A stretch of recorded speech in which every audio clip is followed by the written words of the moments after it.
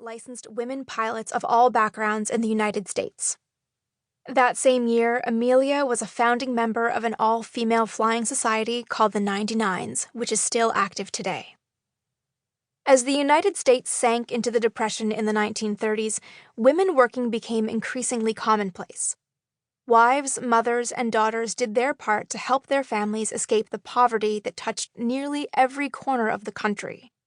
For the women who could afford luxury activities in the period, flying became more popular. By the end of the decade, there were more than 500 licensed women pilots in the country. Women's independent streak was mirrored in pop culture. Fictional heroines, even in love stories, were often defined by their jobs and passions as much as their womanhood. Take Rosalind Russell, a friend of our heroine Jackie, whom you'll meet in a moment, in His Girl Friday, 1940. Rosalind is prepared to quit her job as a reporter to marry Ralph Bellamy and enjoy the domesticity that comes with married life. But her boss and ex-husband, Cary Grant, another acquaintance of Jackie's, isn't prepared to let her go.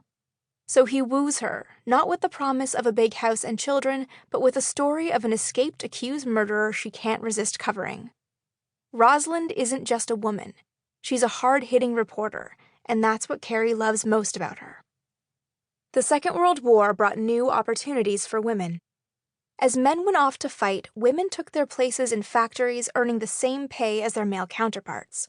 Military programs gave women more immediate ways to serve their country. The Army Air Force had the WASPs, Women's Auxiliary Service Pilots. The Navy had the WAVES, Women Accepted for Volunteer Emergency Service. And the Army had its WACs, Women's Army Corps. For the first time since the Civil War, American women could earn military recognition. They took pride in their work, and almost all hoped their independence would persist after the war's end. But the same government that made Rosie the Riveter a wartime icon for working women put her in the kitchen in the 1950s. After decades of upheaval from the Depression and the Second World War, post-war America focused on family values, and government propaganda campaigns followed suit. God was added to currency and the Pledge of Allegiance. A woman's role was now that of wife and mother, with ideals of womanhood wrapped up in her biology. The post-war woman married younger and had more children. Her home was her castle, equipped with appliances to free her from the drudgery of cleaning, television for entertainment, and the PTA as a social outlet. Fictional women changed too.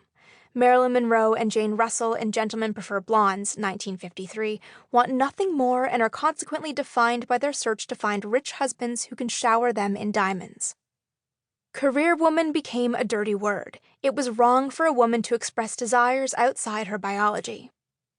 Post-war America was also defined by a widespread fear of communism.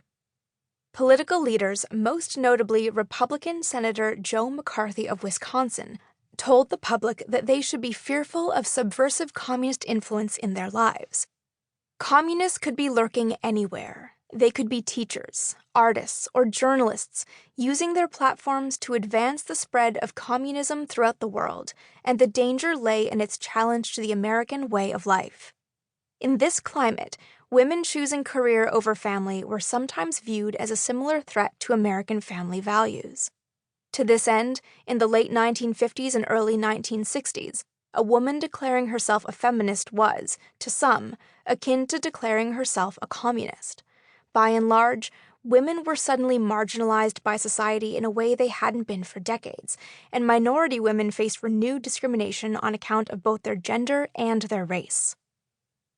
This return of women to the home coincided with the post-war technological boom that saw the advent of jet planes, supersonic flight, rocket-powered planes, and the first satellites.